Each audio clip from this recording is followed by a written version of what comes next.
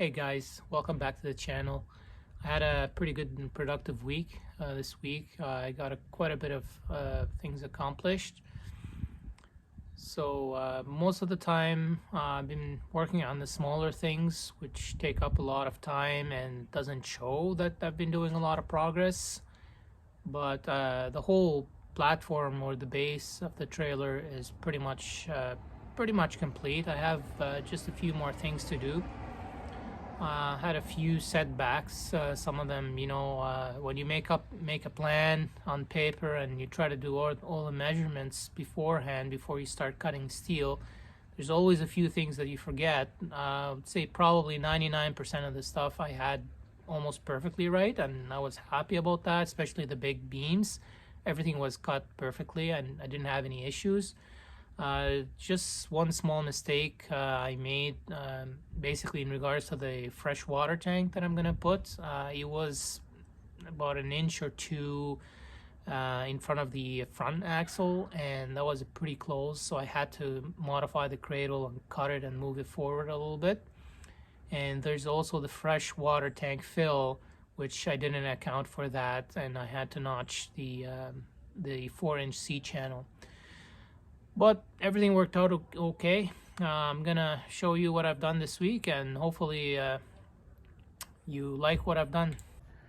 Okay, so starting from the front, so basically I attached the chains.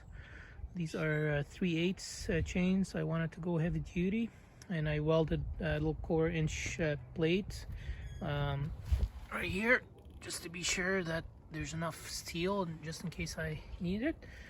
I also ran washers all on the inside of the 7-inch C channel. So what I like to do is I like to take washers and put them in the vise and then bend them, and after that I just weld them onto the frame, and this makes me a really nice place where I can put a zip tie instead of having to drill or put a self-tapping screw in the almost 1/4-inch thick C channel.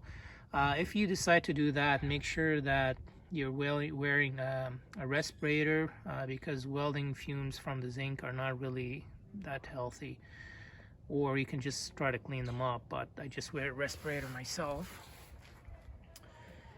The next thing that I've done is basically the tie downs. So I pretty much copied exactly the same position that I had in my other trailer, so I wanted to use my old chains. And as you can see, I wanted very heavy duty tie downs, and these are the best that I can get.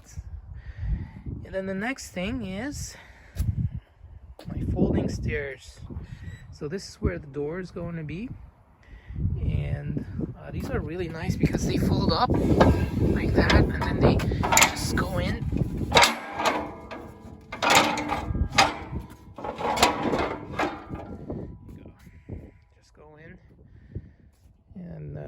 They're really nice. I like those. So the platform is about 27 inches off the ground, and it is right now it's about 1 inch too low, so it's gonna go up another 1 inch. Okay, so showing you the tire carrier from last time, and this is the fresh water tank cradle. As you can see, I had to build these brackets because this is where the axle is gonna go, so I had to do that. And then I built the fenders, and the suspension is all installed. So the fenders are drive over fenders, and I wanted to make sure that they are very strong, so I added braces where I needed to. I had a little issue with mounting those springs. The problem that I have with these springs is the paper that I got from the equalizer kit. It said that the distance between the center equalizer, so from here all the way to here, needs to be 29 and 13/16. But the problem is I couldn't articulate the suspension, so this was actually binding before going up. So it was binding on this bolt here, and I didn't really like that, so I decided to do a little bit more research, and it turned out that I needed to increase it by about 1/2 inch. So that's why I moved this bracket back about 1/2 inch, and I did the same for the front. The axle spacing between the two is about 36.5 inches, and this gives me enough room. I hope you like my welds. I think they look okay. I like my new welding machine. You can see no gaps, nothing. It's perfect fit. I really enjoy doing the angles like this with the math and calculations. I like to do that. So the suspension's all installed, and then I did the tie downs for the rear as well, and I installed the rear jack. So the rear jack is basically so when I'm loading and unloading the buggy, the front doesn't tip up, and I wanted the jack to be away from where the door is going to be here, so that's why I had to build it down, and I had to build a brace in the back just in case, because every time I'm trying to drive up and down it actually moves back and forth, so I wanted that to be super strong. As you can see, I added washers all around. And finally, the last thing that I did is I basically plasma cut holes for the lights. This took me a long time to do. I had to be perfect, steady hands. So I did it for the front sides, and I also added in the front and the back, and the front on the other side too. Okay, so that's pretty much it for this video. Stay tuned next week.